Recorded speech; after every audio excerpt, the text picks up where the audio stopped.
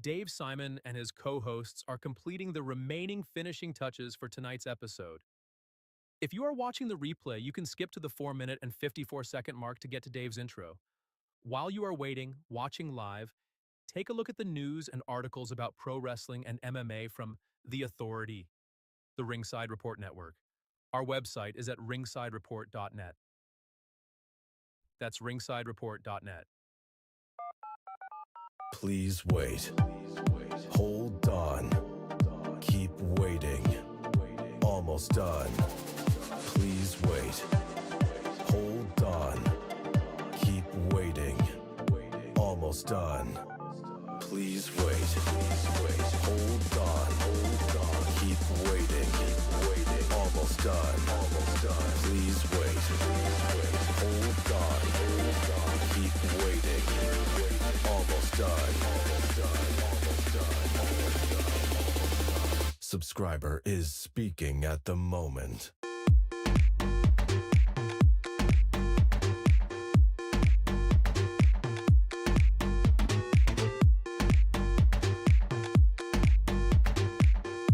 Subscriber is speaking at the moment.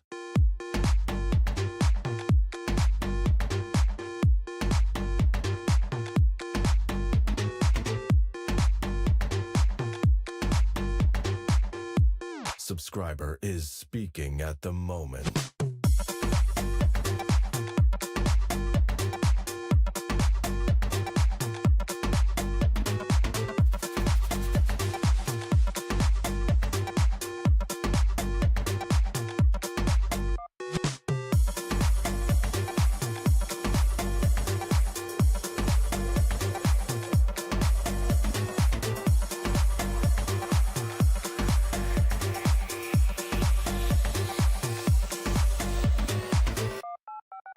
Please wait. Hold on. Keep waiting. Almost done. Please wait. Hold on. Keep waiting. Almost done. Please wait. Hold on. Keep waiting. Almost done. Please wait. Hold on. Keep waiting. Almost done. Subscriber is speaking at the moment.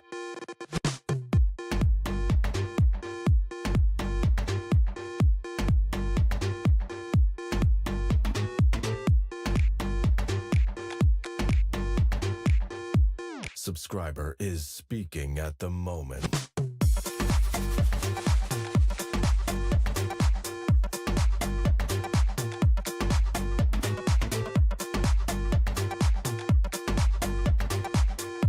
Subscriber is speaking at the moment.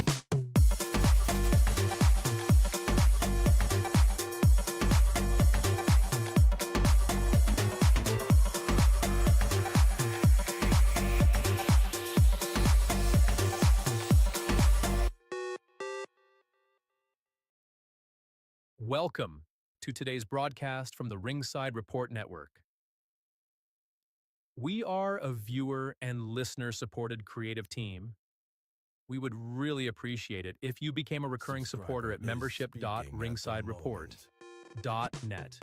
While you are waiting, watching live, take a look at the news and articles about pro wrestling and MMA, and while there, check out our exclusive merch, including great jiu-jitsu gear from the Ringside Report Network.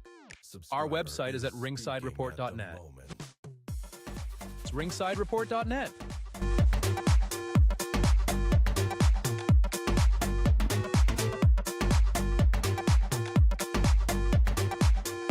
Subscriber is speaking at the moment.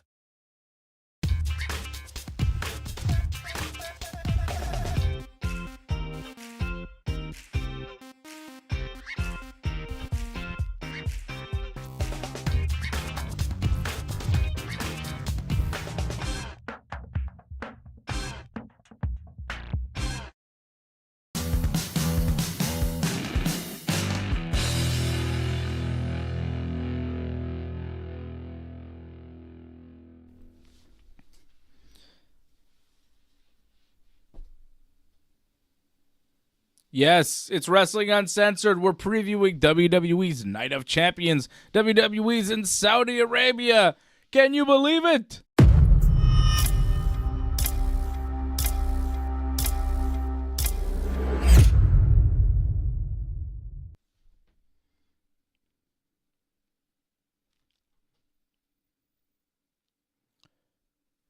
I believe it.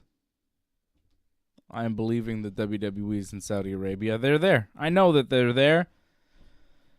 It was a bit shaky for a little bit there, Johnny. Johnny. How are you? A little sore, but it's to be expected after what I went through last weekend. But I survived, and WWE has survived, and they're there, and they got through all their problems they had today with SmackDown, and the show eventually aired at some point, so good for them. Yes. You said a lot there in a very quickly. Last week you had a strap match. You were in Sudbury, Ontario, wrestling, and you were involved in a strap match, and we showed pictures of your back last week on the show, so go check that out. Just vicious, and I'm sure it still stings a bit. You feeling all right? It's more like yellow and like blue at this point, like that kind of stuff. You know, I mean, you've had bruise and welts all over your body before, I'm sure, at some point. So. No, not like that, John. Nope. I'm not into that. But you've seen me in that. You've seen me in strap matches before. So yeah. You know that kind of physicality. I've seen you do it, and it's very impressive every time. The strap match was against who this time? Well, it was against So Min, so not Drew Onyx, but his alter ego in a sense. So actually more vicious when you think about it. And it wasn't touch the four corners. It was actually pinfall, submission, or knockout. So more violent if you think about it, because instead of like just trying to touch the corners, trying to make it there, it's just beat the living hell out of your opponent until they pretty much can't get up, or you can keep them down for 3 count. So in the end, I think this was far more vicious. And I look back on the match, I counted. I must have whipped him at least 30 times, if not more. And I think he got close to Johnny, that, keep telling us about it. I'm going to be right back. I just have to step out for a moment. Just keep going. Take over for a minute. All right.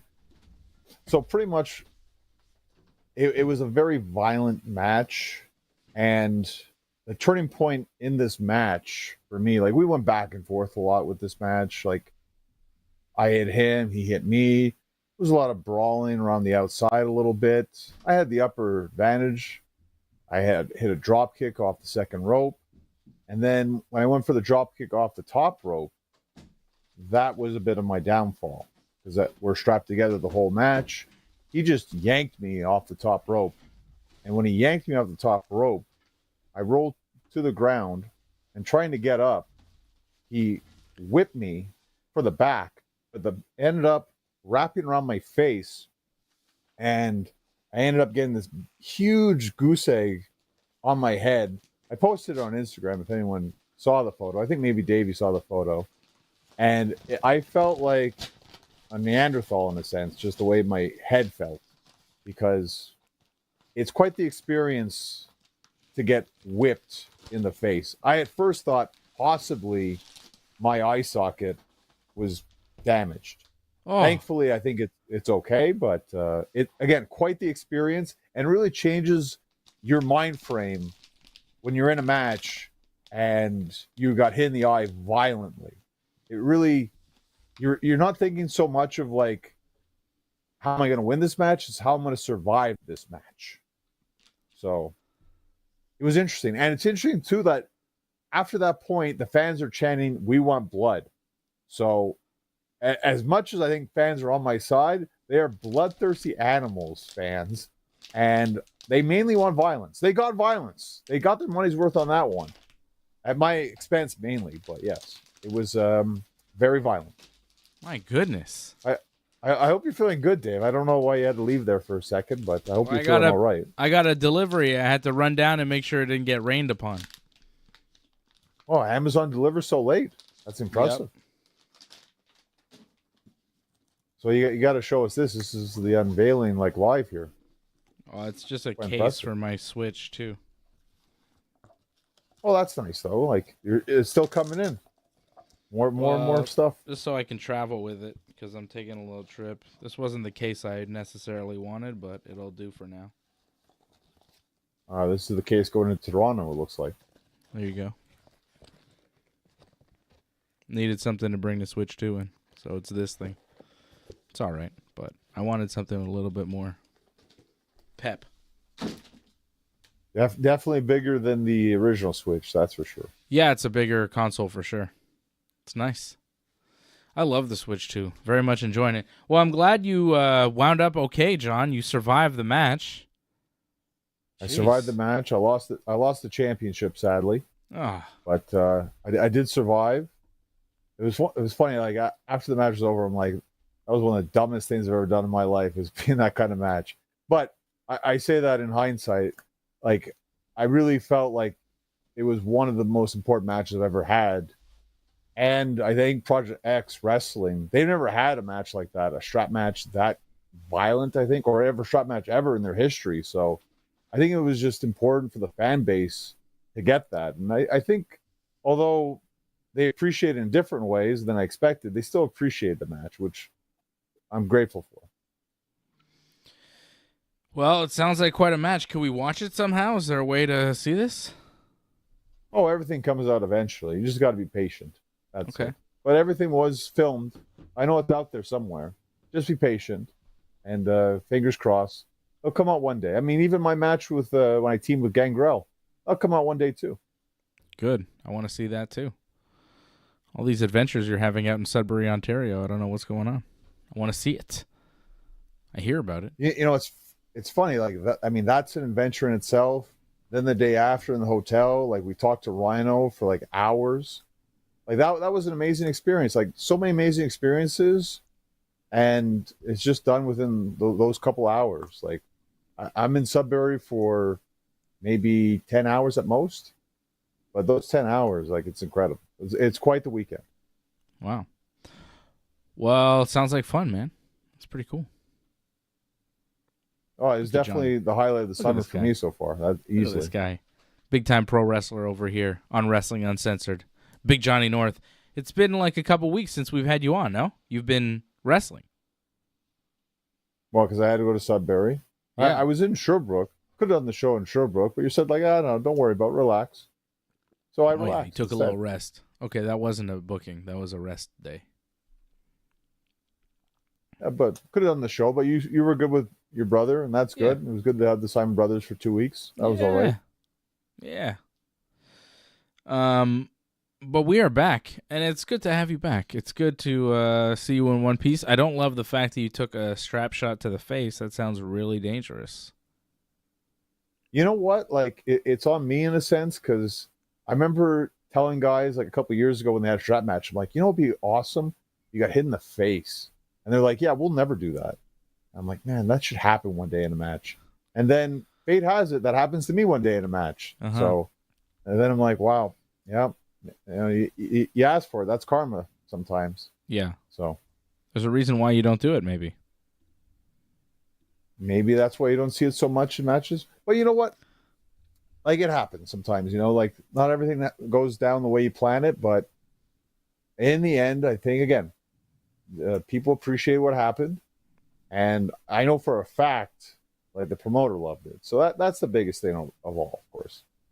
When you get that hug afterwards. And what's great too is like you get that message afterwards, like, are you sure you're okay? I don't know if you're okay because I saw your face afterwards and I'm not sure if you're okay or not. So I want to make sure you're okay.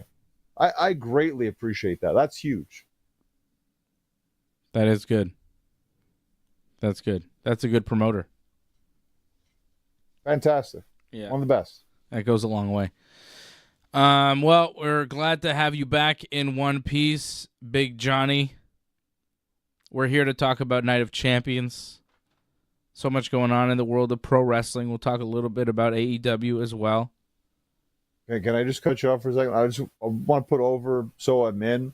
Like, he beat the crap out of me.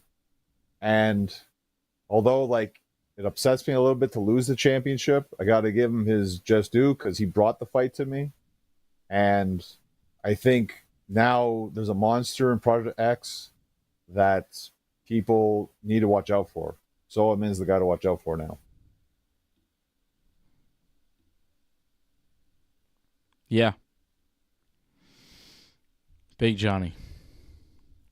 What a champion, this guy. I'm in awe. Unbelievable. Former champion. Yeah. Former champion. Now a beat up guy and that nearly lost his eye, but no, I'm okay. I'll survive. I'll be back one day. Yeah, October but what did 3rd, I think GSP I'm tell back. you when you lost your title the last time? Once a champion, always a champion. It's great that you remember that too. And what helps too is that I have like a title, or a T-shirt where I'm wearing the title, right? So that helps as well.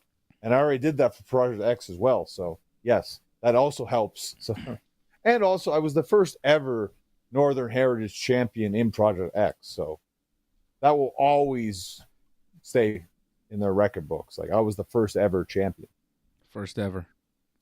First and greatest. That's what I would say. Johnny North, the best. Johnny, I'm glad it was Bayley. all about me tonight. Bayley. You hear the news about Bayley?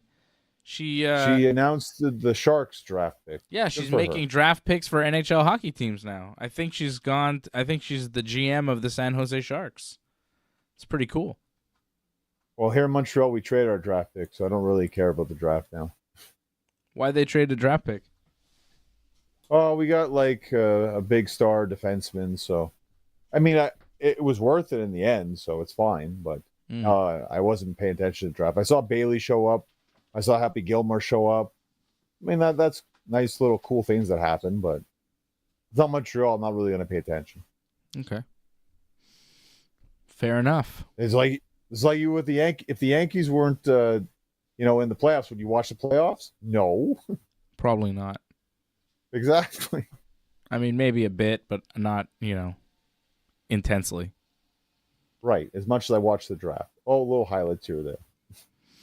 Speaking of my Yankees, they're up 3-0 right now, bottom 8 over the A's. And your Red Sox, John, let's take a look where the Red Sox are at right now. How are they doing tonight? I think they're losing. They were losing last time I checked. Ooh, 5-0 to the Blue Jays, which I don't love because, I don't love it either. nah. It's rough. I almost rather the Red Sox win than the Blue Jays for some reason. Well, you'll be seeing the Blue Jays this week, right? Mm-hmm. When you go to Toronto, so. Damn. And the Rays were up 6-0 on the Orioles at one point. They're now down 11-7 in the 6th inning. The Rays are down 11-7? Oh, no, I don't like this. I'm not impressed by your performance. So wait a minute though. Are the Rays up or down in the game? The Rays are down. They're losing 11-7. They were up 6-0. Wow. They are now down 11-7 to the Orioles in the 6th inning. Wow. That's a huge drop right there. Yeah, big comeback for the Orioles. Rough for your dad. I feel bad for him. It's quite a race in the American League East. The Rays began today half a game back of the lead. The Yankees leading right now by just a half game. But we're not here to talk about baseball as much as we could, as much as we love it, as much as we do on the show during baseball season. We're here to talk about wrestling, pro wrestling, professional wrestling.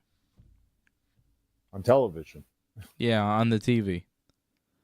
Or streaming, however you see it. Whatever. Or you don't see it, as we didn't see it today when we were trying to watch SmackDown live on Netflix, and middle of a Randy Orton Cody Rhodes promo that opened the show, they go to commercial for some reason, and then they go to technical difficulties that lasted for over half an hour. It was pretty nuts. The best part is seeing all the like posts on X about how Cody Rhodes just turned heel. This is the greatest Randy Orton promo of all time. Total darkness. Yeah. Was that real? Well, like or were people joking? I mentioned to you. Well, those are jokes, but I didn't see the promo. Actually, I mean, I never saw it, so I don't know what happened. Well, apparently, here's what actually aired apparently on USA Network. I didn't watch all of it, but they had like side cams that were still working. Apparently, the hard cam wasn't working because there was a power outage, so a lot wasn't working. So they had like, it's very weird, and like it looks like fan cam footage, practically, of what they aired on the USA Network of that promo of Cody and Randy, because they didn't have anything really working that much. And it looks very dark because a lot of the lights weren't on too, right? Weird. And there's a disclaimer too when the promo airs saying that we had technical difficulties during the live broadcast. We apologize. Oh, okay. Well, I didn't see it because when they came back, they just went to, whatever was next, some kind of match, and we just moved on. It was Jimmy Uso and JC Mateo. JC Mateo getting the win back on Jimmy Uso. That's the match we saw. I think we may have missed a match too. Oh, yeah? I want to say maybe Roxanne Perez wrestled or something. They may have done a match, but it may have been like a filler kind of match. Like they knew no one was going to see it, so it didn't really matter. They weren't planning it. But just that helped the people that were just there. Yeah. But some things were still happening, apparently. Like Carmelo Hayes apparently came out and had something with Cody or something. Oh. Just well, I'm good. SmackDown was long enough. I don't need to see the extra stuff. It was good, Come on. Well, we can talk about how crummy. Well, there were some ups and downs of SmackDown. Like, I thought it was actually going to be much worse than it actually was, to be honest. Like, when I saw Jade Cargill Asuka promo, I was like, oh, this is going to be terrible. It wasn't that bad, actually. I'm surprised Jade got booed, but besides that, I thought it was all right. Yeah. Jade delivered her little promo. I mean, she can cut a promo. Yeah, it's all right. It just, and I get why people booed her. Like, she comes off more as a heel, I think. Yeah. She's trying to be a face, even. Well, her versus Asuka, who's supposed to be the heel and who's supposed to be the babyface? I think Asuka's the babyface. She just came back. Everybody loves Asuka. Her promo, like a babyface promo. So Jade's got to kind of play the role of the heel here. And I think, like, in a way, she kind of is. I think people, even like in her feud with Naomi, are kind of like, oh, I like Naomi more.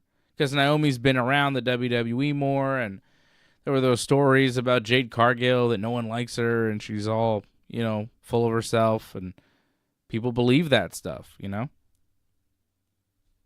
Oh, you may be right about that, but to me, like watching like what they're trying to portray on television, story-wise, Naomi, I think they clearly try to push her as the heel.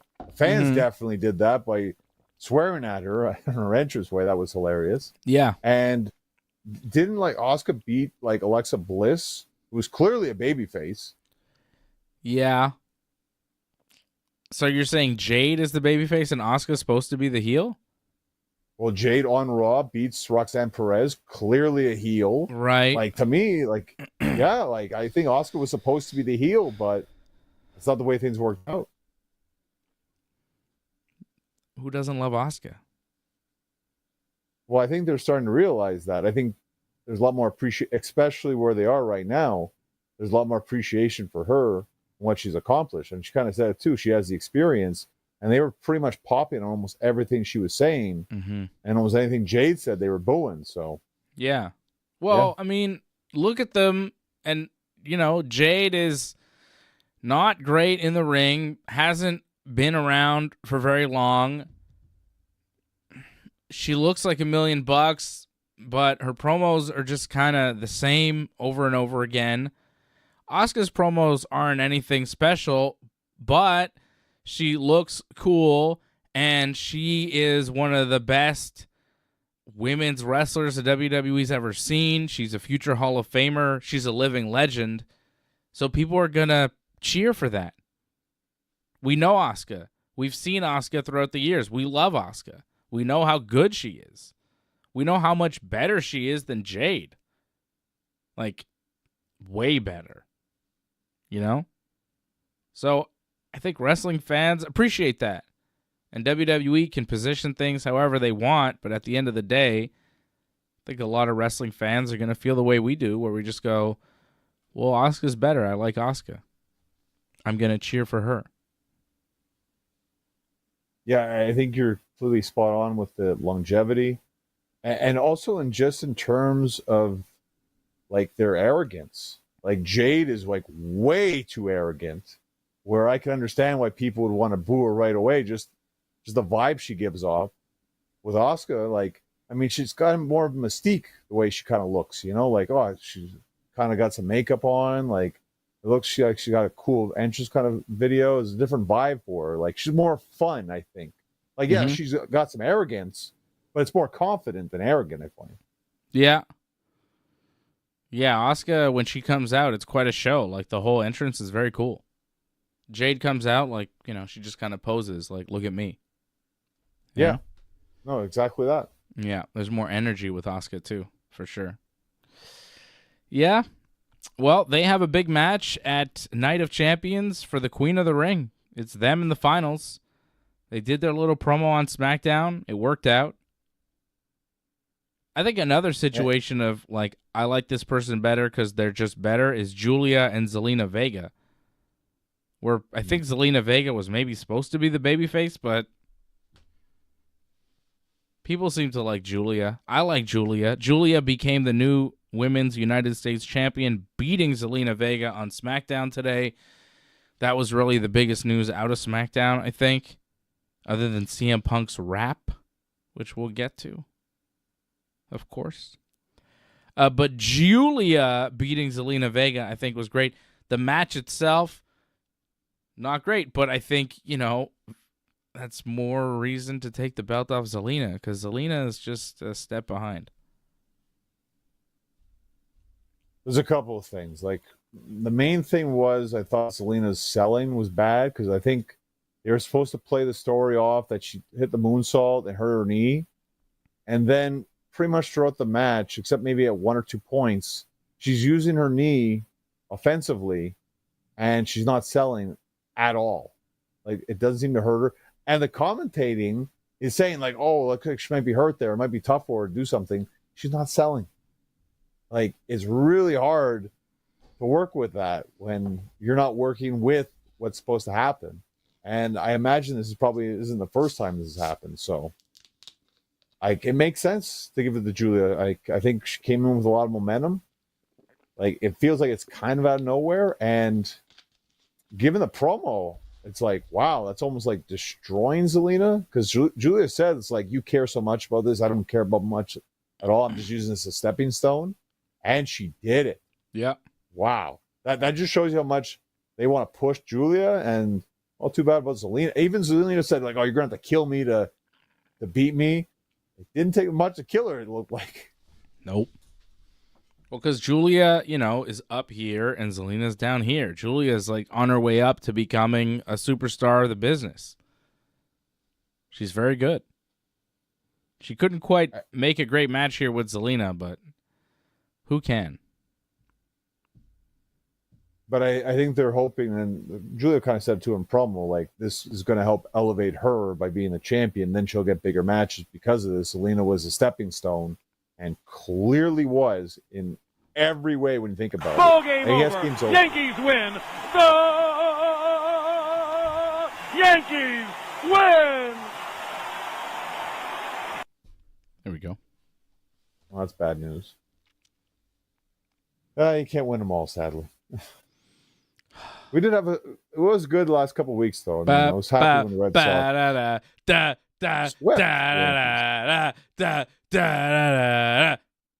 start spreading the news. I wish I didn't miss that when the Red Sox just dominated the Yankees. Unfortunately, I wasn't here for that. Too bad. Well, that's okay. That was the Red Sox World Series. They played against the Yankees and they won their World Series. Against the Yankees, they beat the Yankees. Good for them. They won't actually get to play in the real World Series. That's reserved for the Yankees. But the Red Sox had their little time in the regular season, beating the Yankees. Their overall record isn't good enough to make the playoffs, but, they beat the Yankees in the regular season, so good for them.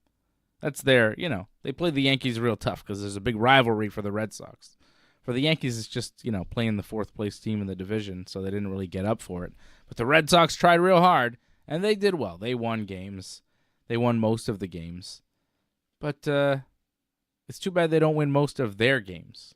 Because if they did that, they'd be in a better position in the division. How's that for trash talk, John? You like that? That's for you. I mean, it's reality in a sense too. I mean, I know.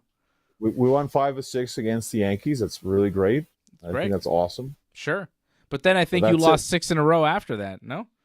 6 or 7? Well, we got swept by the Angels. That's devastating. It's not good. And to lose against the Jays, that's not going to be good as well. That's again division rivals. You got to win those division rival games, and to not beat the Jays, that's crushing. Who else is playing right now? Ooh, Dodgers in Kansas City, 4-4 in the 5th.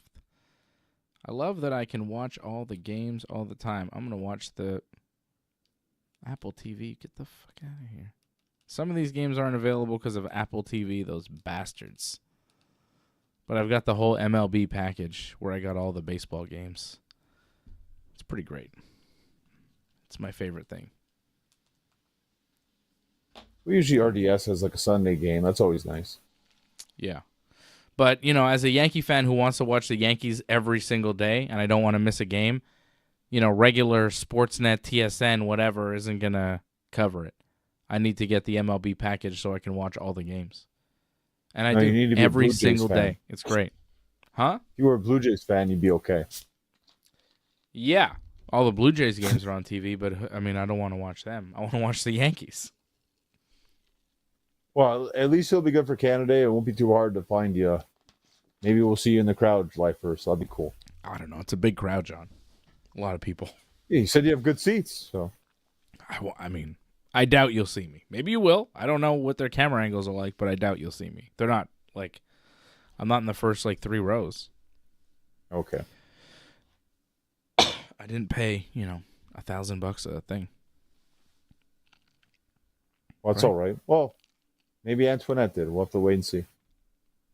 How about it?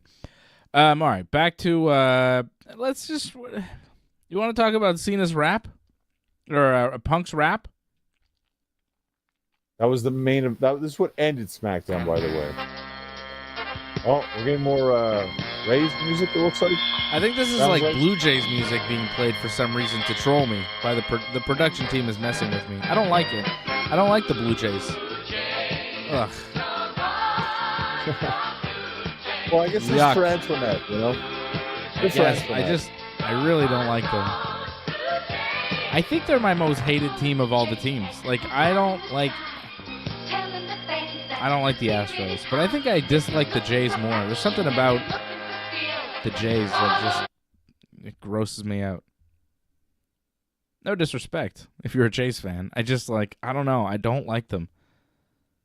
There's something about them. Their manager. I don't like their manager. I don't like that they play on that field turf. I don't like their broadcast team. There's just a lot around the team that I just don't like. The players are fine. I like the uniforms, kind of. Some of the uniforms once in a while are nice. That Blue Jay logo I like is cool. But I don't know.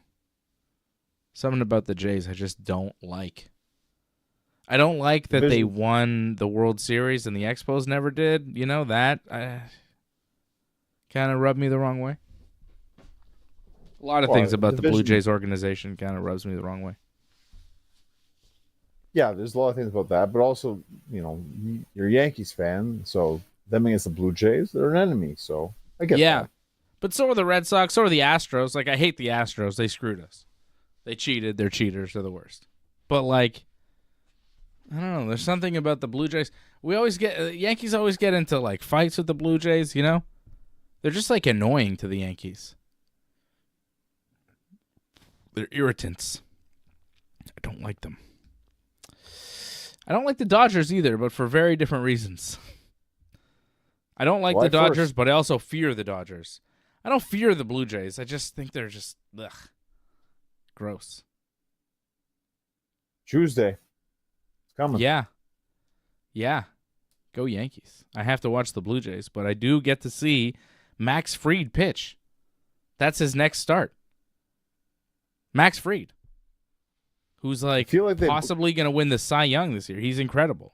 Schoolball's good too, but Max Fried has been electric. I think that might be the weakness of the Yankees, though. Their bullpen has blown a couple of games recently. I feel like Rodon had like 6 innings, like almost perfect, and then the bullpen blew it. Loizaga blew it. Well, whatever. Yeah, Johnny Lasagna blew it. Leiter kind of blew a game in the 11th, but like the Cincinnati series, they lost 2. Loizaga kind of ruined a Rodon start. Yeah. The bullpen has been, I mean, they had a 3-0 lead that they held. Will Warren went 5 innings tonight, I think. Maybe 6. All right. What was the line on the game? Now you're getting me real into the nitty-gritty of what happened. Give me my box score. How many pitchers did the Yankees throw out there tonight? Warren for 5. Tim Hill in the 6th. Then Cruz. Then Weave. Then Williams. Shut it down. Bullpen shut it down. 4 relief pitchers. All 4 got an inning each. 1 hit. No runs. Through 4 innings for the bullpen tonight. 1 hit. No runs. 4 innings. Hill, Cruz, Weave, Williams. Weave Williams as like the setup man in the 8th, Luke Weaver, and then the closer, Devin Williams, is looking better and better as the season progresses. Like the 8th and 9th, if we have a lead, I feel pretty comfortable. I feel like extra innings are actually not so great in extra innings, but Trouble. Extra innings were terrible. We have, I think, the worst record in baseball in extra innings. And we're a first-place team. Like, it doesn't make sense. Again, things to work on, but wait and see. I mean, the Jays are management great issues hitters. right there. That's an Aaron Boone issue that he's got to fix. You're lucky Vlad didn't play tonight, so maybe Vlad won't play against the Yankees if you're lucky. Well, I think I'm about to get something. Hit me. What is that? Hit me. What are we getting hit with here? I don't know. I think I'm going to get hit with something. Hit me. That was like a sound effect? Or? Ooh. There you go. The in-between innings like music? Or? Oh, this is Expos music. This is pure Expos music, John. Did they actually play this back then? Wow. It's been too long. Oh, man. You gotta love it, brother. Oh, miss him every day. And twice on Sunday, brother. There's another lifetime to go. Hear about Ric Flair shitting his pants? What's that about? Shitting his pants all over Tampa Bay, allegedly. He's a 76-year-old alcoholic. What do you want from the guy? Woo! Did he say something about, like, he's a millionaire or he's rich? You know what you want when you're rich? So Yeah. I guess you can do that when you're rich. Listen, brother, when you're rich, you can poop anywhere you want. Woo! Styling, profiling, pooping in my underwears. I don't wear diapers, brother. Or maybe he does. Yeah, I wonder if he rocks a diaper just knowing he's about to poop himself. The Nature Boy. That was big news this week. Everybody talking about Ric Flair pooping himself. It wasn't Hit me. the biggest news, but I mean, I saw like that popped up here and there.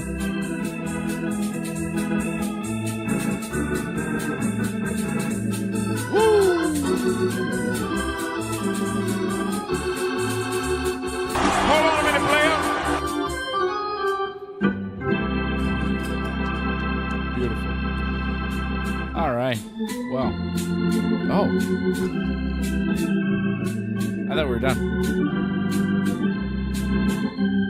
It's fun. I'm That's for enjoying sure. it. Oh, we're going in to take me out to the ball game in an hour. All right. That's nice. That's nice baseball music. We got to keep that in the rotation. Keep that handy, because anytime we start talking baseball, we could just bring that up underneath. Get a little vibe going. Feels good.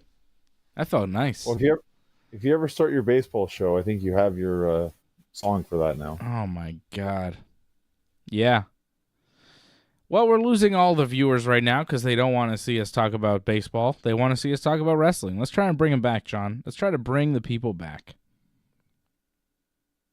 We talked about a little bit of SmackDown. You said you want to talk about the main event of SmackDown, right? The rap, brother. Punk did a rap. Said some funny things to John Cena. He But- did. I mean, he had a few good lines. The delivery was a little shaky. I feel like he was shaky. he seemed shaky because Cena did a pipe bomb style promo last week on Punk, so now Punk this week does the Thugonomics rap thing. And, you know, I wish he would have just done a regular CM Punk promo instead of this gimmicky nonsense. You know, he had a few little zingers, but they seem kind of cheap. I feel like Cena did better last week. From what Punk I is saw, not I a only good saw rapper. highlights. Like the delivery on the rap, and some of them like didn't even rhyme. It was just like weird. It was awkward. No, you're right. Some of it didn't rhyme, and I think a big part that hurt as well because it's in Saudi Arabia. I don't know if everyone understood what was being said. I think they just react afterwards because he talked and he said something. But I feel like some things were just like under the radar for some people.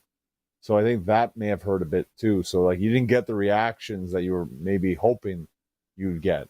So yeah, it didn't feel like the idea is great in theory. Execution wise, didn't quite hit the mark. Mm-mm. He said, well, Batista's a better actor than you. WWE rehired your ex, and I'd retire too if they did that to me. And See what I sent you about that? yes. Somebody Wow. posted like, oh, Daphne stopped getting booked from Ring of Honor after CM Punk and her broke up. And people blamed Punk. There's a lot of CM Punk bashing right now going on. Like I don't know. Yeah, if and it's warranted. Well, I mean, money. That's what's going to happen when you take in a lot of money. People are not going to be too happy about that. He's exposing his true self. It was never about uplifting the business. It was never about, being the voice of the voiceless. It was always about what's in it for Punk. Punk first. Give money to Punk. Give the spot to Punk. Let Punk main event WrestleMania. Let Punk be on the collector cups. Let Punk sell ice cream bars. Let Punk do all this stuff. It was all about Punk. It's exactly what Triple H said to him right after he did the pipe bomb. You say you want to do it for the business, but you're just in it for the big contract, and you got that, so congratulations. It is what's pretty much happened. Yes. However, though, like if anybody was in that situation, like it's hard to be like, oh no, I don't want like a couple of million for a match. Like, no thanks. Like I can understand why he would do it. Millions. Sure, it's hard to turn down millions of dollars. However, he claims to be this principled guy. Like Cena said, your tweets are great, but your actions, there's nothing behind it. And I mean, look at what he did today. He apologized to a fan because the fan was telling him to apologize for the blood money tweet that he wrote to The Miz a few years ago when he was in AEW. And Punk's like, well, I apologize to Miz and I apologize to you. It was never about Saudi Arabia. I love you guys. Now they're cool. So, does CM Punk now believe that the Saudi government didn't murder a journalist in Turkey? Like, is that the case? because he seemed to be, he seemed to have a problem with it a few years ago, but now he seems to be fine with it. Has he been explained that they didn't do it? It was rogue agents. They had nothing. It wasn't us. I mean, is that how Punk feels now? I don't know. I'm just checking in because he seemed to have principles at a certain point, and the money led to this. He's there working Cena tomorrow afternoon. So a lot of the things that he claimed to stand for and a lot of the reasons why wrestling fans believed in him seem to have been all lies. Or at least things that he would fold on for money. So, great. Now we know who he is. He's been fully exposed at this point. And, he's kind of a joke. But why should we be surprised? I mean, look at him. He's a pro wrestler. He's a carny grifter. Always has been, always will be. That's who Phil Brooks is. He doesn't really stand for anything. That's a gimmick, brother. That's kayfabe. He's as carny as it gets. And he's exposing that every day. You saw what he said at the kickoff, too, by the way, right? That he's allowed to change his opinion and that he's allowed to change the way he looks at things. Like, you saw what he said about that? Sure. So that's kind of the way. And remember, he did that promo, the first promo he did, saying that he's not in it to make friends. He's in it for the money. So we actually shouldn't be surprised by this. It was money first. It wasn't about being the voice of the voiceless. It was about, I want to make money and my legacy and all that. And that's what he's pretty much done. And I know a lot of people are like sending in receipts. He said this. He said he wouldn't do this. Now he's doing this. I mean, yeah, sure, he's a hypocrite, but he's a rich hypocrite now. And I think that's what his goal was. It wasn't about, standing up to the authority or anything. Like, it was just make as much money as he possibly can. And that's what he's doing. Yeah. Good for him. Good for him. He is believing the Saudi propaganda that has been pumping over the past several years and seems to have influenced a lot in sports and entertainment. They have done very well with this Riyadh season campaign. It's worked. Fooled old Phil Brooks. I think the one thing that hurts the most is that I felt like when they first did this, I thought we were getting progressive with Saudi Arabia, actually, where you saw like women were actually wrestling. You're seeing more than just one women's match. And they kept saying that in Saudi Arabia it was getting better. And then another journalist gets murdered. So I feel like he took one step forward and then two steps back. And it's sad. It's sad where I wanted to believe that it was getting better, but it's sadly, some things don't change, sadly. Yup. But the propaganda works, man. If you push enough propaganda out there and you pay for enough Americans to come and put on a show and make it look like your place is all good, people will believe it. And you'll be able to do whatever you want because the money talks. I mean, besides these people that claim to have principles, whatever, they're getting a fistful of Saudi dollars and they're like, oh, I'll go along with whatever. I can understand you're making millions and like that's very hard to say no to, but It's when like they're justified killing people because you can't speak out against the government. People will say like, "Oh, it's BS that you would not take the money," but like something like that, I got to say no to that. And Yeah. like again, people say no way because that's millions. You're gonna say no because of that. I'm like, there are lines, and when you have justified killing for that, that's a line that you can't cross. To me, anyways. Yeah, well, they're all there. Yeah, a lot of them are actually because they did SmackDown and they're doing Night of Champions, right? So Yeah. they brought a lot of the roster. Yeah, they're all there.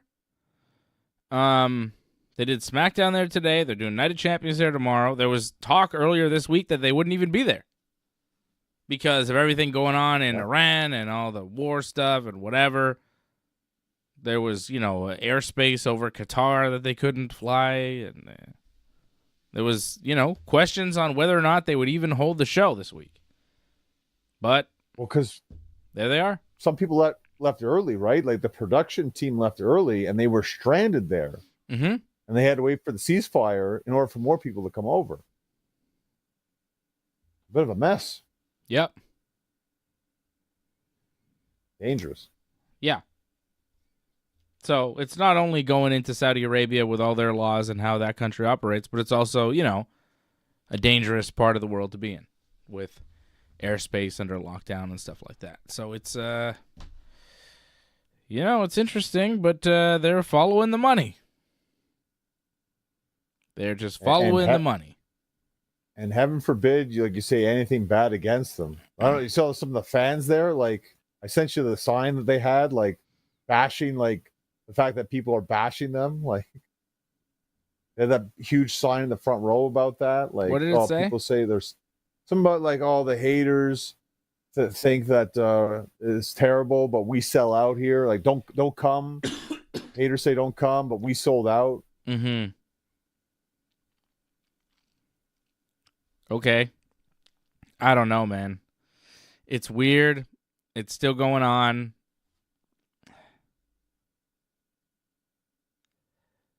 Like, I feel like it's only a matter of time until one of these trips something goes wrong. Like, you take that money, and it's like at a certain point, it's like you're in a casino, man. You gotta get out at a certain point because it's gonna turn on you. You can't take that money forever because at a certain point they're gonna go, oh, by the way, this is happening now, or something unforeseen happens. It's just, I don't trust it. Well, didn't they sign like a 10-year contract or something? So Yeah. isn't like next year like the last year? Maybe, but I mean they'll extend. Well, if they're making 50 million like a Yeah. show, like Yeah. they're probably going to extend. Okay, so they're doing this show. Punk did this rap promo. It kind of fell flat, unfortunately. He will wrestle John Cena for the WWE Championship tomorrow. It should be the main event, right?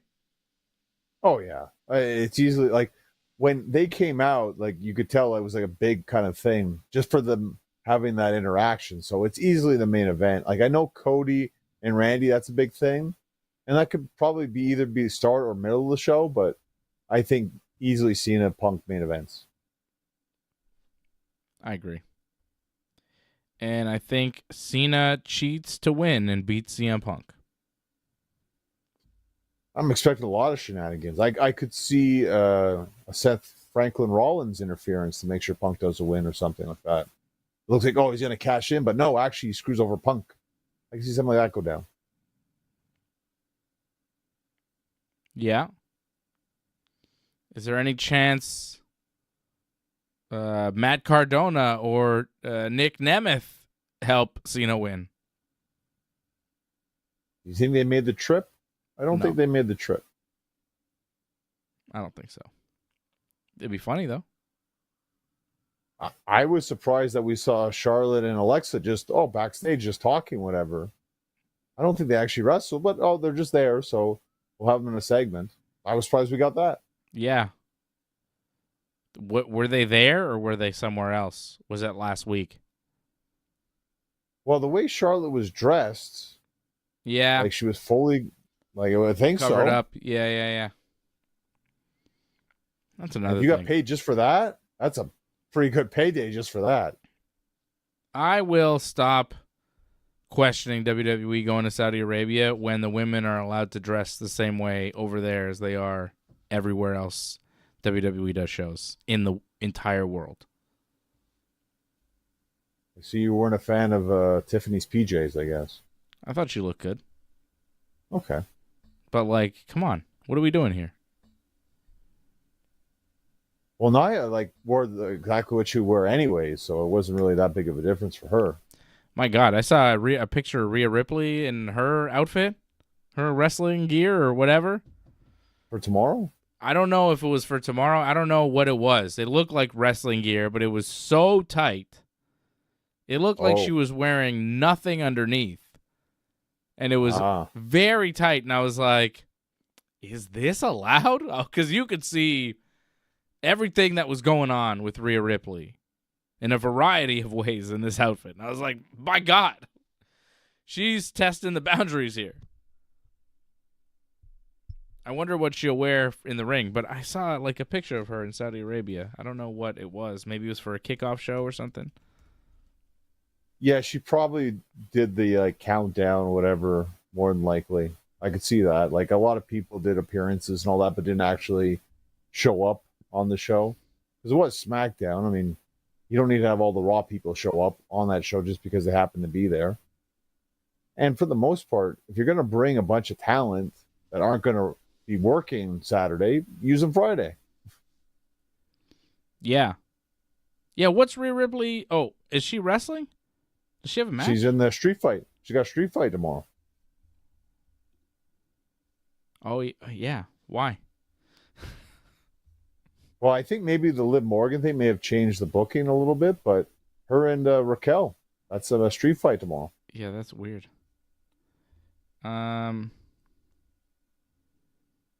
What's more weird is that Io Sky hasn't defended the title since WrestleMania. That's more weird.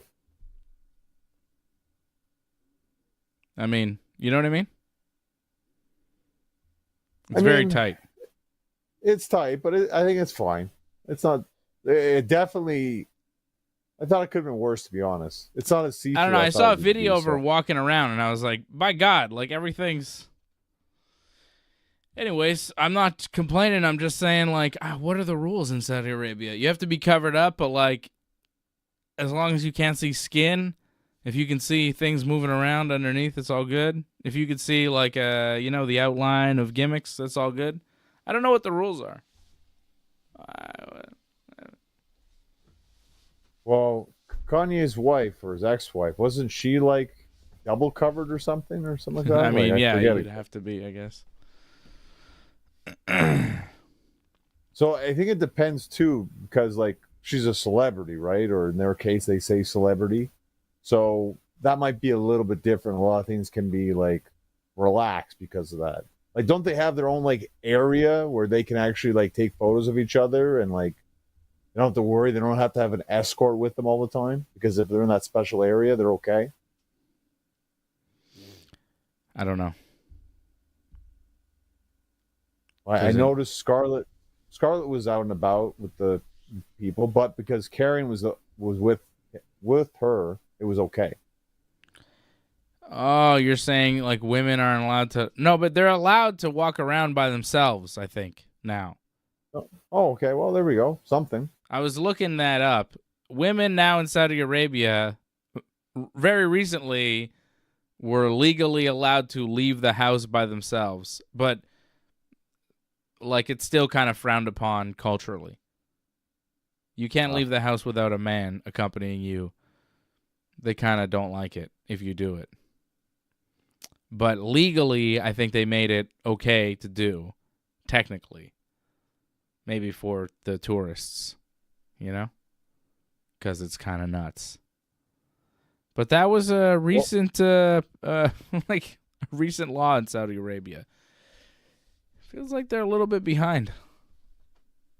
on a lot of stuff. Again, I was hoping they were making steps forward. They are, but also not. So that's the problem, sadly.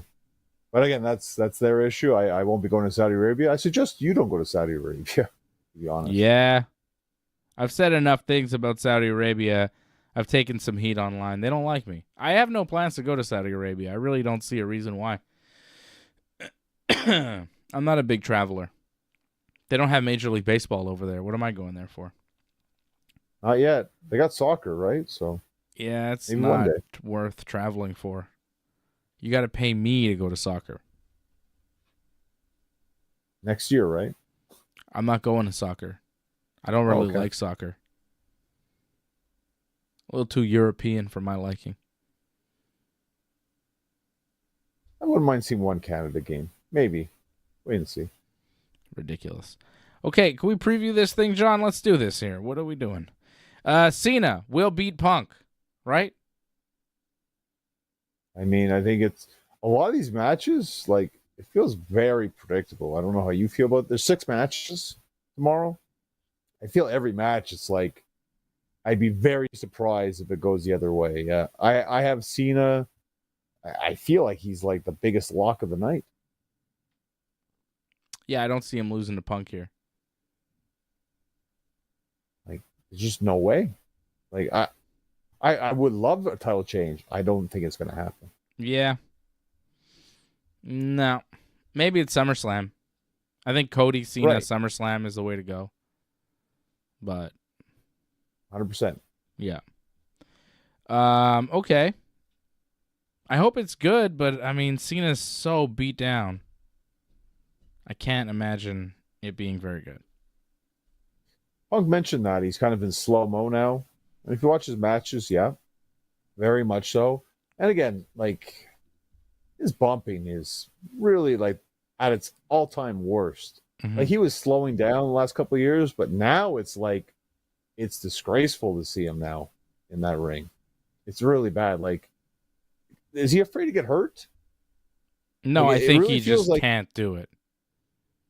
Okay, well, there's that too. It's just, people are like, oh, they keep saying too, it's like, we only got like 6 months or less than 6 months left. Please let it be less. I want this over as soon as possible. Yeah.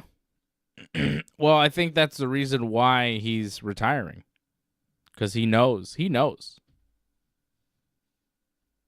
It hurts. This might be one of the worst retirement tours ever, to be honest. This is not a great way to end your career, I think. Yeah, he's kind of stumbling on the way out, but, you know, whatever. It is what it is. It's almost done, John. Are we down to less than 20 dates at this point? Got to be close. I hope. I pray. Less than 20 matches, at least, for sure. Mm-hmm. Okay, we have some weird matches on this one, like Sami Zayn versus Karrion Kross and Rhea Ripley versus Raquel Rodriguez. But let's get to the more important match. Randy Orton versus Cody Rhodes. The winner becomes king of the ring and gets a world title shot at SummerSlam. I'm fully expecting for Cody to win. He beat Jey Uso in the semifinals on Raw this week. And I think he will beat Randy. I think the match will be, decent. We've been working towards a Cody-Randy match for a while now. This is a big deal. Randy going to go to the King of the Ring finals 2 years in a row and lose. Lost to Gunther last year. I believe he will lose again to Cody this year. I don't want to see Randy Cena again. They did the last time ever in St. Louis. It's done. We're good. Move on. Cody Cena have been circling each other for so long now, since WrestleMania. You got to do it again. A WrestleMania rematch at SummerSlam is always a great thing to do. It's the match. It has to happen. Cody wins King of the Ring tomorrow afternoon. I didn't particularly enjoy Raw this week, but the one part I did enjoy was Cody versus Jey Uso. I thought that was a very good match. To me, it proved that Cody is like one of the top guys, if not the top guy in WWE, because Jey Uso doesn't always have a very good match, but Cody brought out a very good match in Jey Uso. And to me, Cody and John Cena, that needs to be the main event of SummerSlam. Mm-hmm. I like Randy, but Cody needs to be in that spot. We need to move on from this. Cody's the guy to do it. Let's do it. I mean, I think it should be a very good match. I see Cody winning. I think my only question is, does Cody win at SummerSlam? I hope so. But yeah, I see where your point is with that too. And you have to worry about Seth with the cash at SummerSlam. As long as Cena loses, I'm actually going to be happy. I don't think Seth is cashing in on Cena or Cody. Really? I think Seth might cash in on Goldberg. Okay. Interesting. I mean, Gunther's got that match with Goldberg at Saturday Night's main event. Uh-huh. It's Goldberg's last match ever. I could see him winning. And then Seth coming, cashing in, ruining his night, taking the belt, giving us a shocking moment at Saturday Night's main event. Double title change. It's not bad, to be honest, but I don't know. I see Gunther actually beating Goldberg, actually. Like, Goldberg actually down for the 1, 2, 3 on that one. Wait and see. I feel like they're going to give us the big pop for Goldberg's last match in Atlanta. And I also think Seth needs to find his way with the world title. Like, they need to get that belt on him. Like, it's cool with Gunther, but it's kind of like, why is this happening again? Who is Gunther going to face after this? Jey Uso? Like, where does he go? Maybe a little Punk thing, I guess, but I feel like Raw needs Seth as the world champion. He's got this whole group. There's talk of adding members. He's the top act on Raw, but he doesn't have the belt. He's got Heyman. He needs a belt. I feel like they have to get that world title on Seth. He's a top guy on Raw. They need to give him the championship. That's the belt he should go after. He's on Raw. He should get the Raw belt, the world title. He was the first champion. Get it back. They had this whole plan of taking the title off Jey Uso to put it on Gunther because they really wanted to do Gunther and Goldberg for the world title at Saturday Night's main event. Why? I think there's a bigger plan that involves Seth Rollins. I think there should be, honestly, because like Gunther as champion right now, I don't think has a lot of legs for a run. And I think Seth as champion is what Raw and his group and the whole thing needs. Because right now, Seth's group is kind of on the same level as the Judgment Day, and it's two big heel groups on Raw, and Seth's group needs to be more elevated than that. Now, they are to a certain extent, but with the world title, it would be clear. Like, this is the top thing on Raw. Because right now, it's ambiguous, and, you know, this has been building since Mania. It's got to hit like a peak here. They've got to be climbing to something. He's got the money in the bank. He should become world champion and run Monday Night Raw. I feel you on that. I just think they'll probably do Gunther Jey Uso at SummerSlam, and that's when Seth would do the cash-in.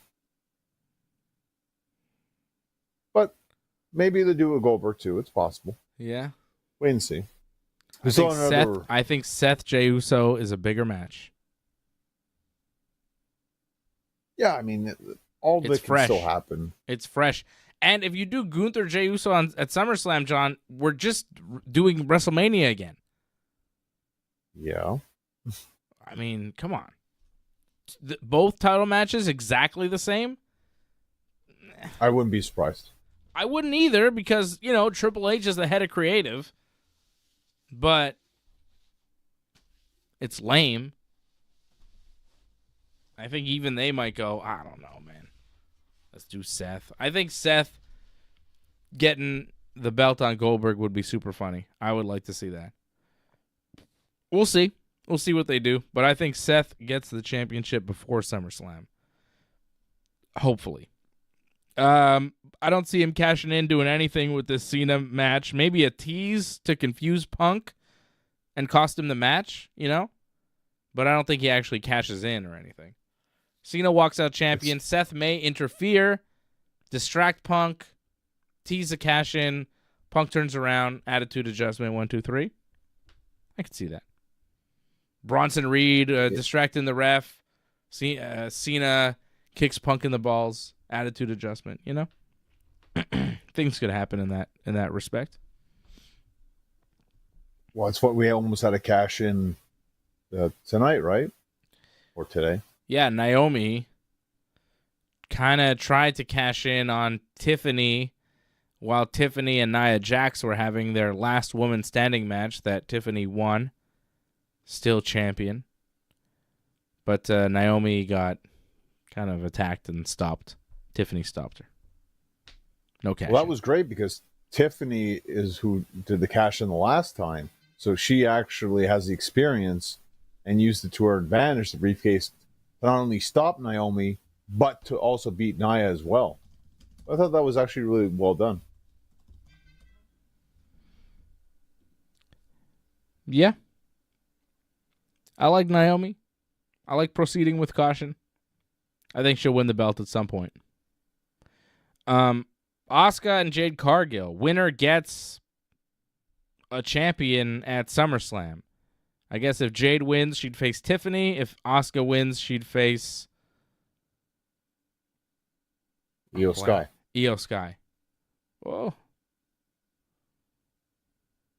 And they said on Raw, like Asuka told Io, there's no more damage control. Officially done. I think Jade's going to win, though. I think Jade Tiffany is the match for SummerSlam. I was trying to throw you off, but I figured it wasn't going to work. Yeah, Jade's going to win. Like, there's so much right on Jade. It has to be Jade. And I know the fans are going to be very upset because the fans do not like Jade in Saudi Arabia, but she's going to win. Like, I think Seth cashes in before SummerSlam because I think at SummerSlam, Naomi might cash in on Jade. You know? Bring it all full circle. Well, I could also see Naomi cash it in.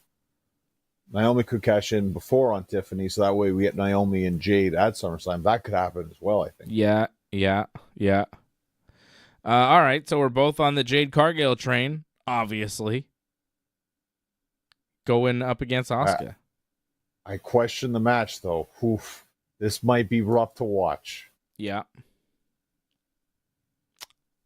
I don't know how this is going to go. Let's remember, like, Charlotte was out for like a year, right? After wrestling Asuka, so even if you're good, it can be rough. This could turn into a real fight. It might go off the rails. I could definitely see it go off the rails. Yeah. So it's fun for that. I mean, Saudi Arabia, anything can happen, right? We've seen it before. All right, well, we're on the same page for everything. We got Cody winning King of the Ring, Jade winning Queen of the Ring, Cena retaining the title. How about Jacob Fatu defending the U.S. title against Solo Sikoa? This has been a long time coming. Jacob and Solo finally broken up officially, and now Jacob defending the U.S. title against Solo. And I've heard that there are rumors that Hikuleo is in Saudi Arabia. And Hikuleo, the brother of Tama Tonga and Tangaloa, big dude, like 6'11", super tall, giant of a man, related to Solo, you know, in a way. And I think he might be backup for Solo to help him beat Jacob Fatu. And we saw a little bit Jacob Fatu and Jimmy Uso kind of aligning, but also backstage going like, well, I'm not here to help you. I was just there because I don't like Solo. And like they didn't really seem to want to be on the same page. So I think, Jacob Fatu gets taken out with the numbers game and loses the belt. And Jimmy doesn't go help him because they're not quite together.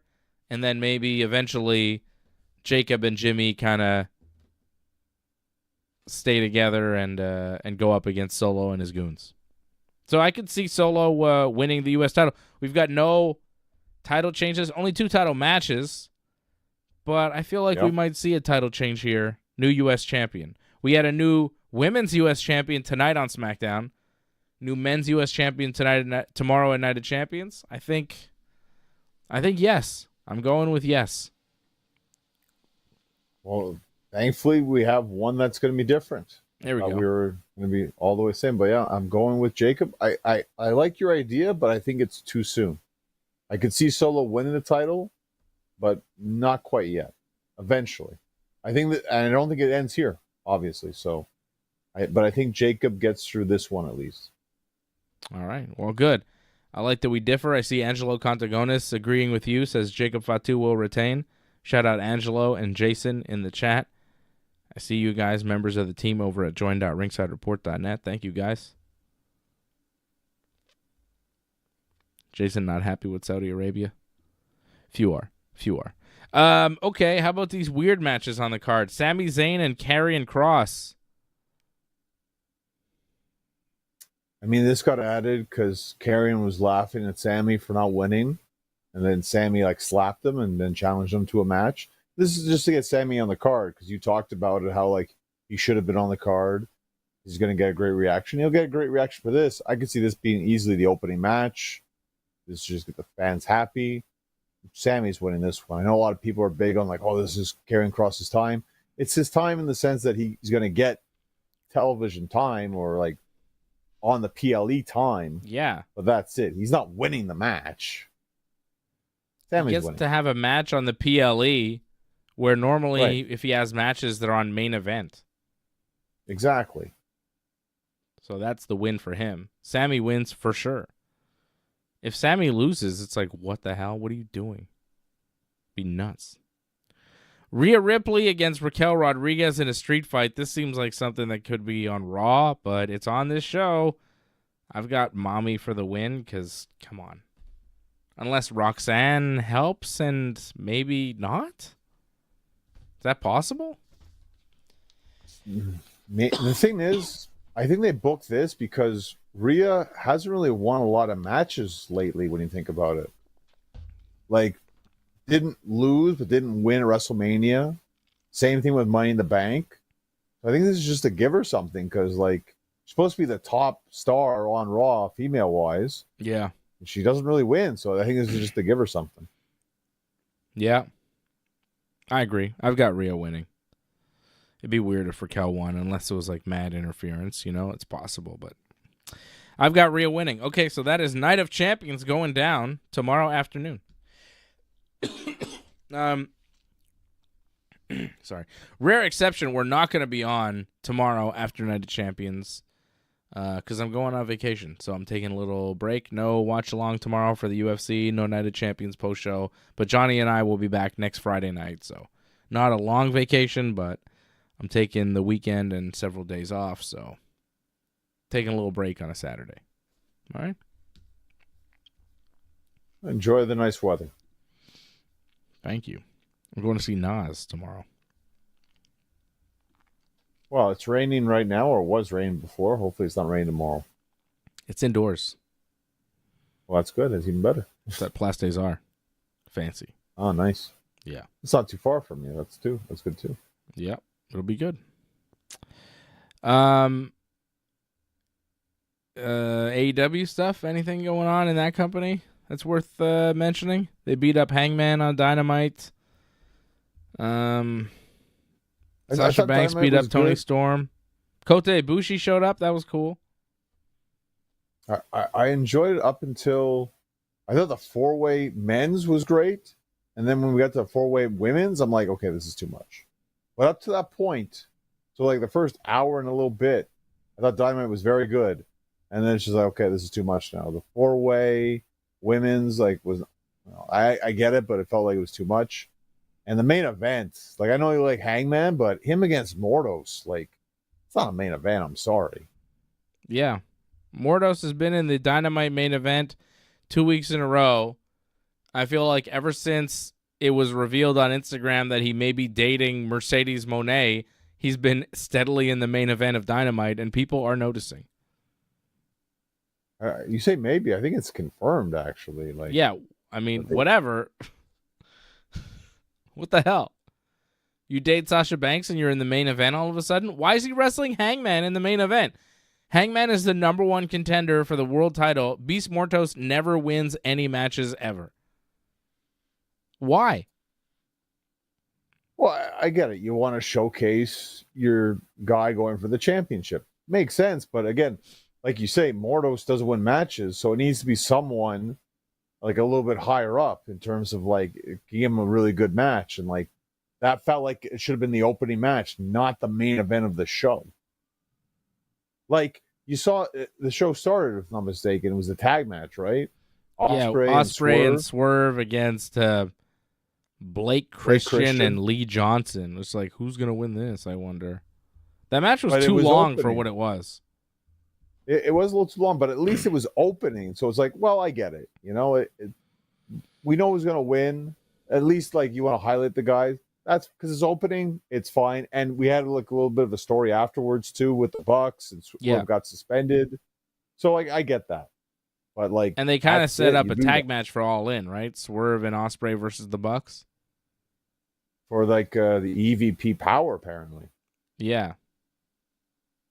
Like, do Osprey and Swerve get to be EVPs if they win the match?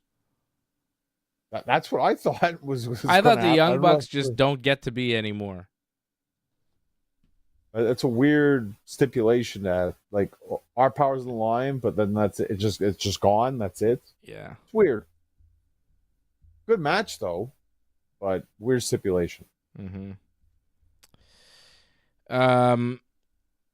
It is a cool match. I like it.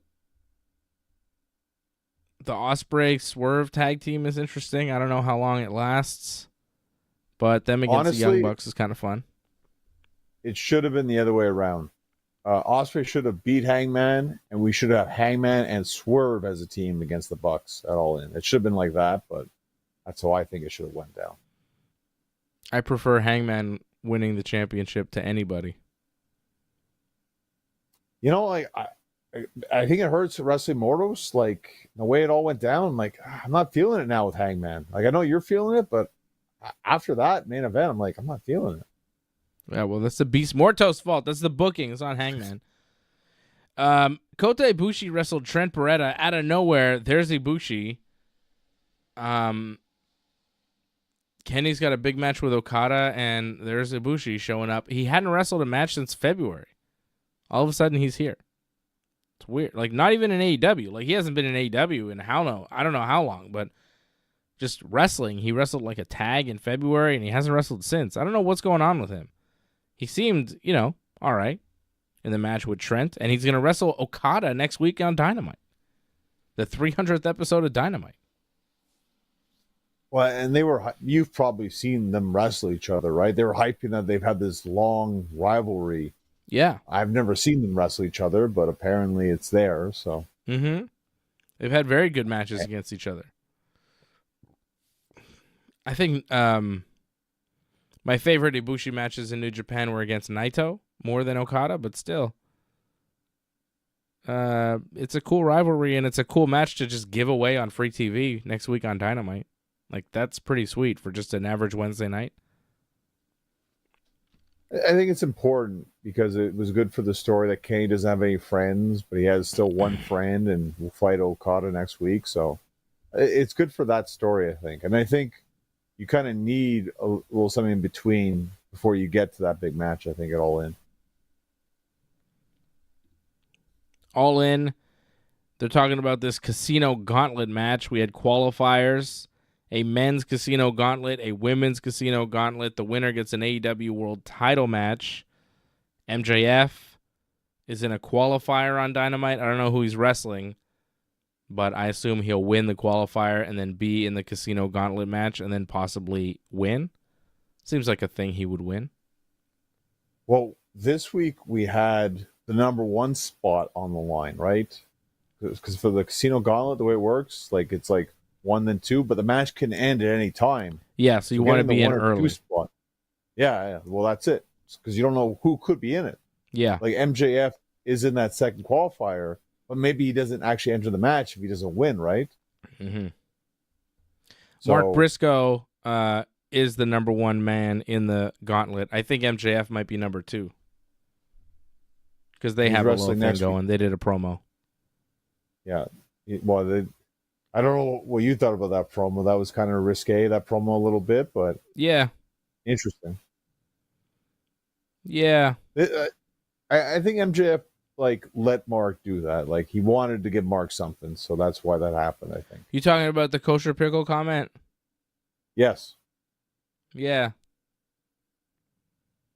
Yeah. There's something off about it, right? But the thing is, like, I think MJF was okay with it because MJF was really playing it up like it's a big deal. So, I think if he's okay with it, then there's not really a big problem with it. Mark Briscoe is supposed to be the babyface, though. Well, and it got chanted, like the fans were behind it. Yeah, I know. So, like, yeah, I know. I don't know. Just, make a comment about a food and in genitals about another religion or race and see how that goes. Yeah, maybe it's a toughy one. It's a tough one. I mean, come on, man. I mean, replace Kosher Pickle and MJF with some other guy and some other food that's associated with their culture and see how that's received. See if that's a thing that a babyface says and then gets chanted in an arena. Like, I didn't like it. And the more I think about it, the more I go, wait a second here. Is this okay because he's Jewish? But if it was somebody else, it wouldn't be okay. I mean, it might be for some people. I mean, I don't know. If it was an Italian guy, it might be all right. It might get a pass. I'm not sure. I'm not sure. You and AJ in the past. Me and AJ, we make jokes because we love each other and it's funny. And we're playing around. But it's just like when it comes from Mark Briscoe with that accent and the toothless thing and the fans chanting and MJF is the heel, I go, well, I was a little uncomfortable with it. I'm not saying like, yo, it's horrible and they should, but I was just like, is this okay? Because it was on the edge of like, yeah, I definitely have some friends who would not be okay with that. They would go, ooh, what the hell is this? This is a problem, I know some people that would definitely think it was a problem. I'm a little bit more kind of, it's hard to offend me, right? I'm a little bit like, right. Whatever, it is what it is. It's wrestling. It's just a promo. But, people say things about MJF specifically. CM Punk, when MJF was wearing the suit there, and he's like, oh, you look like you're wearing Larry David's pajamas. I go, what do you mean by that exactly, Punk? It was just a weird comment, and then this one here with the kosher pickle, I go, did we have to do that? Did we have to go there? I didn't love it, and it just makes me like Mark Briscoe less. Like it made me like CM Punk less. Because it makes me wonder about what they really think, how they really act, and who they really are. And Punk, honestly, given whatever. I think it's two different things, though. I feel like Punk was going to say what Punk wants to say, right? With yeah, Briscoe, but it was I think he not great. Said the line. The Mark Briscoe thing, maybe he was given by MJF. Whatever. It's fine. Yeah. Whatever. I'm not saying it's the worst thing ever, but, like, you noticed. Oh, I noticed. I mean, the main thing I noticed was the crowd. I was like, wow. I can't believe how over that got. That's very surprising. But you could also credit that to MJF, like, how hated he is and how much people want to get back on him. Just an arena full of people yelling at a Jewish man, kosher pickle, just chanting kosher pickle at a Jewish man in the ring. Felt a little off. But loud, too. Like, I was very, like, wow, I can't believe this is happening. Like, they push the envelope sometimes, and maybe they go too far, I would say. And it's funny, we're not even talking about Tony Storm, because I feel with Tony Storm, they're actually pushing the envelope a lot more. Yeah, Heavily but when sexual. they push the envelope with Tony Storm, it's sexy. So that's fine. Very. They make So it sexy. much. There's And nothing wrong with making things sexy, brother. They love to drop the mother effing thing now too, as well in the promos. I got no problem with sexiness. I don't like anti-Semitism, but sexiness is fine. There's a big difference between being sexy and being an anti-Semite. You know what I mean? Big difference. I don't think Toni Storm is an anti-Semite, but she keeps it sexy. No, which is good. I'm in favor of that. I know she's bisexual, and you can kind of tell in the promos now. She's bisexual. Like, I didn't know that. Oh yeah, she's admitted that though. That's like common knowledge. What's Juice Robinson's life like, you think? Fun? Oh, yeah. He's married, so I'm sure he's happy. Yeah, he's married to Toni Storm. I wonder what Juice is. They call him Juice for a reason, brother. He's got the juice. Are we going to talk about him? We're going to talk about him and MJF's promo now? Like, that was also controversial back in the day. Oh, yeah. Juice said some things, too. He said some... I forget what he said. He said some... I forgot about that. Oh, he was like... Was he talking about throwing money at him or something? What was he doing? Right. It was about that, yeah. Yeah. Like talking about throwing coins at him or something. It was a little... Yeah, man. And like MJF is a heel and he wears his Judaism proudly. So I guess the baby faces are supposed to attack that. But like it always feels weird. Well, the Juice thing, though, like MJF was the face, and he was playing off like a real life thing. Like he got bullied, right? Yeah, and when Juice did it, it was like, oh, that was too far, man. People were upset about that. I didn't hear anybody really complain about the kosher pickle thing, other than you and me right now, I guess. Was that an issue? Did anybody else go, what the hell was that? I'm sure some people were like, as a chant, I don't think people expected that. Besides that, I don't think there was much said about it. I heard that and I was like, hold on a minute, player. You know? Well, I fully enjoyed MJF and the Hurt Syndicate. Again, one of the best parts, if not the best part of the show. Like, I feel like when they come on, you got to watch because it's very interesting. Like them destroying Bailey and Kevin Knight, I thought that was very well done. And then again, the promo too. I mean, yes, kind of controversial, but you're going to be watching because I definitely want to hear what they got to say. Yeah, I'm a big fan of MJF and everything he does. I hope he wins the Casino Gauntlet. Goes on to face Hangman. I wonder. I don't know if he's going to win that match, to be honest. I don't think he's going to get number 2 spot. I think maybe Mystico interferes or something. I think he's going to face Mystico at All In. Yeah, he went to MLW and attacked Mystico, right? I guess AEW, WWE's buying up all these indies. They bought up CMLL. They're buying this. They're buying that. AEW's running out of people to work with, so they're like, how about MLW? I don't know if it's so much a partnership because I think MJF's had a past. I think he started in MLW or something like that. So I think it's just, this works. Why not? Mystico was there and worked the angle like that. But that's it. Because they're doing that, I really feel that AEW is going that direction. And maybe MJF's going to do that. I mean, it's not saying he can't be in both matches, but I definitely think we're going that Mystico thing, so I don't know if he's going to win number 2 spot. Mystico doesn't really do it for me. Seems like a match they should have on Dynamite instead of at All In, their biggest show of the year. Honestly, I would have agreed with you, but after I saw that Grand Slam Mexico, I'm like, no, I believe it. Like, Mystico to me, after that, just the entrance alone, he's a megastar. That was amazing. It was one of the greatest entrances I've ever seen. And the match, the show is in Texas too, right? So there's going to be a lot of Mexican people there. Happy for Mystico. It's not a bad move. I think MJF, to me, like MJF brought out the best in him too in that match. Like the way he can do it, like just being a jerk, it works so well. I guess it's just not that exciting. Okada and Kenny Omega, that's exciting. I'm excited for that. Moxley and Hangman, I'm down for that for the world title.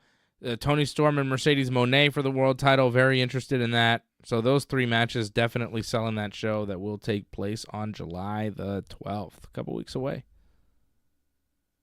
Well, we also have the women's They announced that now, right? There's going to be the women's casino gauntlet. Yeah, Chris Statlander got the number 1 spot in that one in a 4-way this week. So they're turning her heel now, it looks like, or potentially, because she got help, right? Yeah. From Marina Shafir. Yeah, but Statlander's like gone back and forth, babyface heel so much. She's like the big show of AEW. Yep. Well, I don't know how you look at it, but it feels like they're trying to put everyone in teams or like maybe factions some kind, because I think they're building up for women's tag team titles. That's the next new title to make, I think. Oh.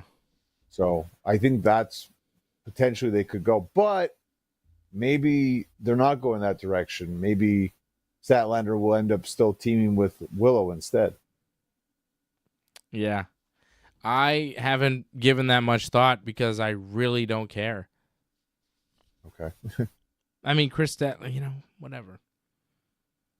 The rest of that division is kind of like just existing. You got Mercedes, you got Tony, and then everybody else.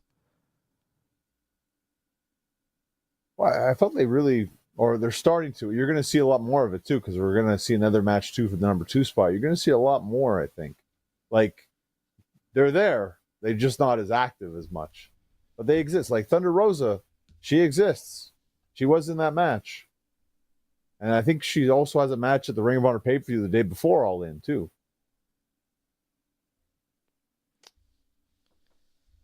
Really? There's a Ring of Honor pay-per-view the day before All In?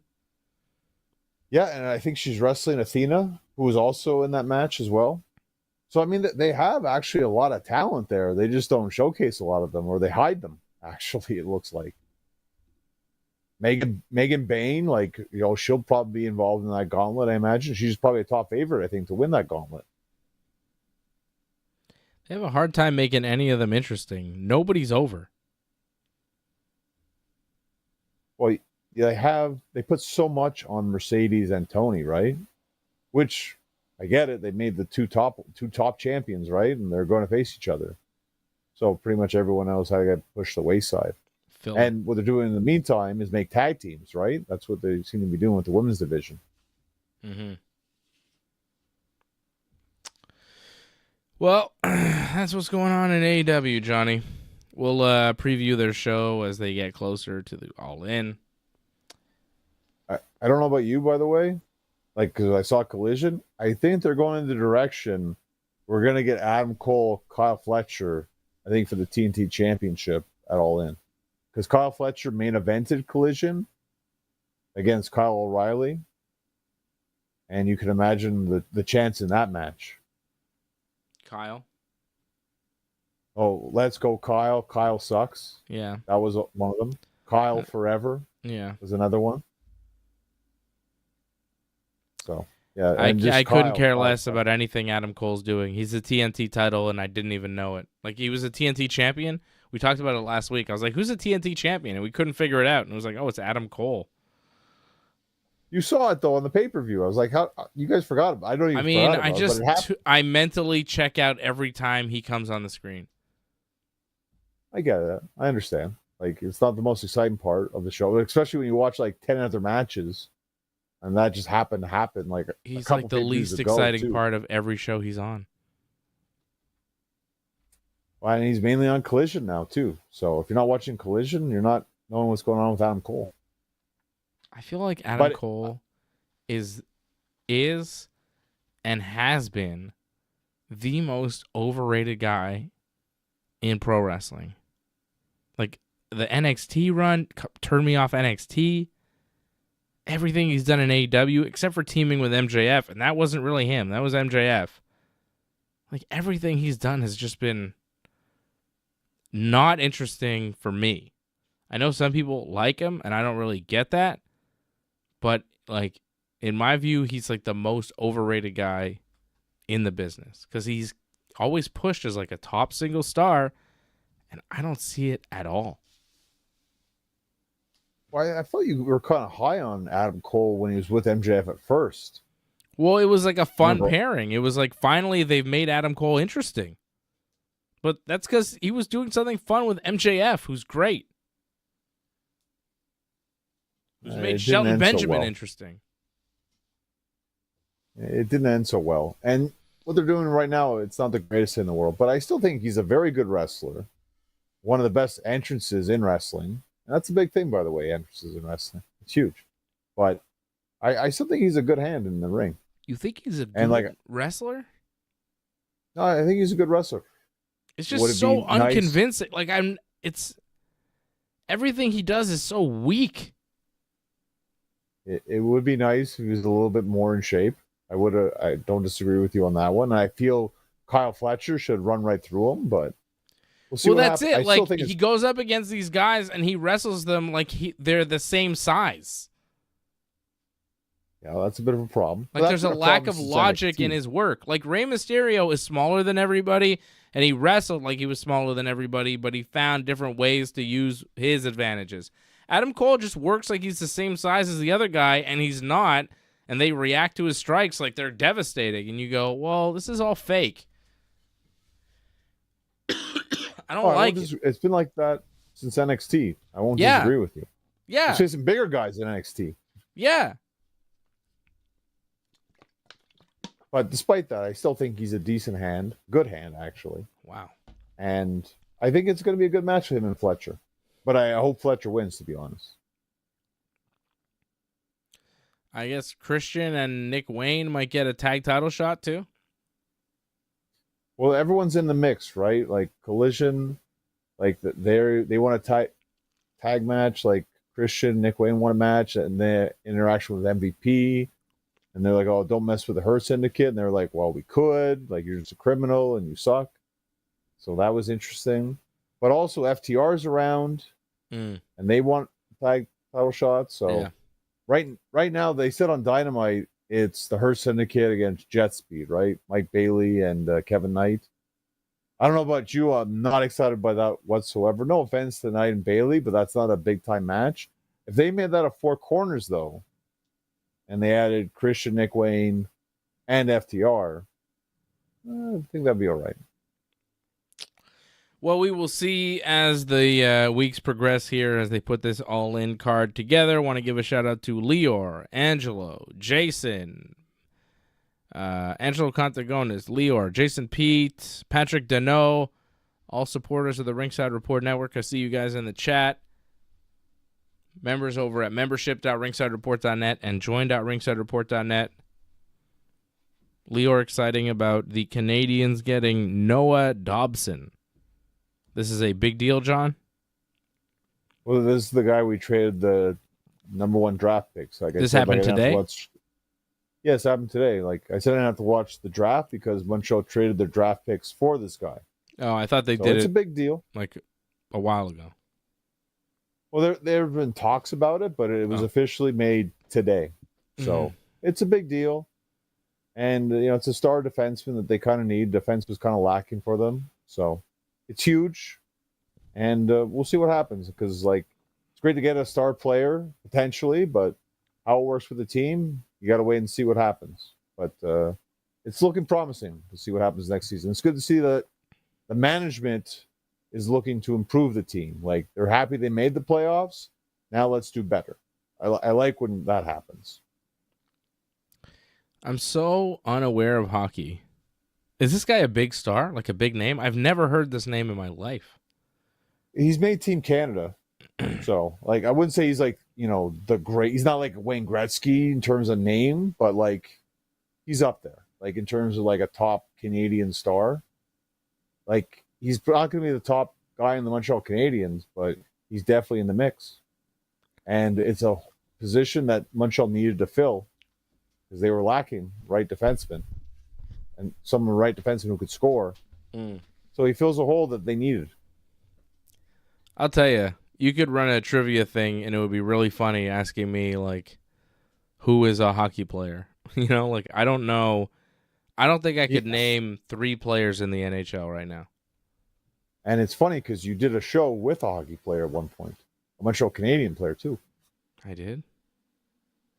You remember you did one with Chris, remember? Chris. Knuckles. I don't know who you're talking about. Chris I Nyland. literally have no idea. Who?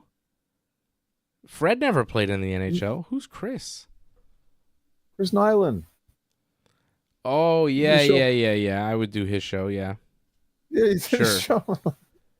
Yeah. He played hockey, right? For sure. Yes, he played for the Canadians. Yeah, Nice. there you go. I thought he played for Boston. He sounded like he was from Boston. He did. I think he did both. If I'm not mistaken. Nice. Well, yeah, he was a nice guy. I liked him. There you go. I didn't think of him as a hockey player. I thought of him as a nice man who was on the radio. Yeah, I don't know. Well, you know, Because I don't watch, different like I never lifestyle. saw him play hockey. I don't know. You I know? only saw the tail end, so don't worry about it. Like, I remember I was working with PJ Stock for a long time, and I didn't know that he had played in the NHL. It was like several months in. I was like, oh, you played in the NHL? That's cool. I had no idea. well, to be fair, I think a lot of people like PJ wasn't exactly well known, so Sure. don't worry. But it seemed to be like everybody knew but me. I was like, oh, I didn't realize he had played hockey. I thought he just really liked it. Well, So it's different yeah, here, you know, Montreal. yeah. But I'm like current NHL players. I don't think like I could name you former NHL players. You know, Mario Lemieux, Patrick Roy, and so on. Wayne Gretzky, Dominic Hasek. All right. I can name former hockey players, but current hockey, like guys that are currently in the NHL, I don't think I could name you more than maybe 2 or 3. And one of them is Sidney Crosby, who I hope is still in the NHL. He is, yeah, he's still going. I don't think I can name any others. Ovechkin is still in the NHL, right? We talked about him at some point. Is he There you still go, playing? yeah. Did he retire? He's still playing. Okay. Well, those guys have been playing for a long time, so I know who they are. I'm trying to I'm see. sure if you Maybe think there's a about- player on the Canadians that I could name. Like maybe there's a guy. I don't know any of them. There's a guy you named Cole, one right? already. There's a guy called Cole. Cole something. There is a guy called Cole, yeah. Cole Caulfield, yeah. That's Cole one. Caulfield. There you go. I got 3. I knew they had a Cole guy. I was gonna say Garrett Cole, but I knew that was wrong. Yeah. I could name more New York Yankees than I could name NHL players. I could probably name more NXT wrestlers than NHL players, which is crazy. Because I don't know that many people in NXT these days either. But like it's Me neither, tied. actually, I'm NXT. really I don't know anything that happens in hockey. Very disconnected from that. But I know so when I hear they got a big player and then I see the name Noah Dobson, I go, I have never even heard that name. No one said that name in my vicinity. But I'm happy for you, John, that you're happy, so that's good news. You have to understand, he played in Long Island. Like, unless you're like a rabid fan or in that fan base, you probably didn't really check up on him much or big on international hockey that he played with Team Canada. So Okay. don't worry about it. Like, again, he's not like the biggest player in the world in terms of star name, but he's very talented and a position Montreal needed to fill, and he will fill it quite well, potentially. Because again, wait and see what happens. I mean, it's great to get the star. Will the star work out? It's like Juan Soto. That worked out, but it didn't work out long term. For the Mets? For the Yankees, remember? Oh, well, that was just 1 year. It worked out for 1 year. It worked out for 1 year. He was like But a that's rental. it. Then yeah, I guess. Was that the idea for being a rental, or? Well, they made an offer, but they knew that it was possible that he would not be around. I think the pivot has been really good. I mean, we could break it down, but I think the team is better without Juan Soto. You know? Well, the Mets I think, are definitely better with Juan Soto. Like, yeah, probably. But I think if they had signed Soto, they don't sign Fried. And what would the pitching staff be without Max Fried right now, even with Soto in the lineup? I think if they sign Soto, they probably don't sign Fried or Bellinger or maybe Goldschmidt. Like, I don't know who they sign there. I don't think they do Soto and Fried. I think definitely not. And I'm very happy with Max Fried. Like, I think I'd rather have a solid ace who's in the running for the Cy Young than Juan Soto. Oh, that's understandable. I get that. Yeah. Because Like- good aces are hard to get. Yeah, that's it. Just given everything, And then next year, with Garrett Cole back, hopefully healthy, with Cole, Fried, and Rodon all healthy, possibly, that's a 3-man rotation that's like impossible to beat. So whatever happens in 2025, whatever, but Garrett Cole's out with Tommy John. If he's back next season, Cole, Rodon, and Fried is pretty nuts. Didn't they only extend Cole one more year, though? I think it might be a couple, but whatever. He's got another year. Okay. He's got 2026 for sure. All right. It's interesting. It's real interesting. I like the pitching. Yeah, so good for you, John. I'm glad that the Canadians did a good thing today, and you're happy. Who was a guy on the Trailer Park Boys from Nova Scotia who was in the NHL? He was like running a Ricky advertised them for a hockey camp that he wasn't actually going to be there because he said they might show up. They might show up, but they. I remember it's not the same thing, but I remember Peter Forsberg was an episode, but it's not that player. No. Remember Ricky had kids harvesting weed in a hockey rink? I remember that idea. And there was yes. a Nate something? Nate, maybe? Was it really? It couldn't have Nathan? been Nate McKenna. Is he from Nathan Nova Scotia? McKenna? It might be him, but I'm surprised. I thought his name was Nate. Boys. Nate You'd have to who? look it up. McKinnon? Yeah, he was on just Trailer look Park triple. Boys. Was it really Nathan McKenna? Wow. Yeah, does he still play in the NHL? I mean, he might be when you talk about in terms of star power, he's one of the top guys now. So Nathan wasn't back McKinnon was then. on Trailer Park Boys season 11 with Ricky and Julian. He's from Nova Scotia. So I know him, and he's in the NHL still, you're saying? Oh yeah. Well, And he's he's even very better good? now. He might be one of the best players right now. There you go. So there's another one I kind of know. Trailer Park Boys. Good Nova Scotia guy. I'm sure if you watch the new season next year, I'm sure there might be some more players. So There you go. wait and see. This year all we got was Billy Bob Thornton. Oh, no, wait, that was the movie. I've seen everything in the movie. past couple weeks. I'm a little lost. You saw the new jail series? Yeah. You watched all that? Yeah, Oh, nice. yeah. It was all right. It's enjoyable until the next series, so that's good. Yeah, it's fun. It's just Trailer Park Boys. All right, Johnny. We've done it. We've said it. We'll be back. I'll be back Thursday with some MMA talk. Thursday night, 8 p.m. for Ringside Report MMA. Johnny and I will be back next Fred Friday and for Wrestling AJ? Uncensored. What? Are Fred and AJ back? Because I you think always so. get one. I know I seem to only get one, but I think I'm getting both Yeah. next Thursday, hopefully. Fingers crossed. Or maybe I'll get neither, and we'll all be on vacation still. And then Johnny and I will be back next Friday. Who knows? Who knows? It's a mystery. Thumbs up. Shout out for you, Wally. Stay tuned and find out right here on the Ringside Report Network. Thanks for sticking with us to the end. We would really appreciate it if you could help us spread the word. You know the drill. Hit that subscribe button, flip those notification switches. We are an audience-supported network, so consider becoming a recurring supporter at membership.ringsidereport.net. Check out our website at ringsidereport.net. Hope to see you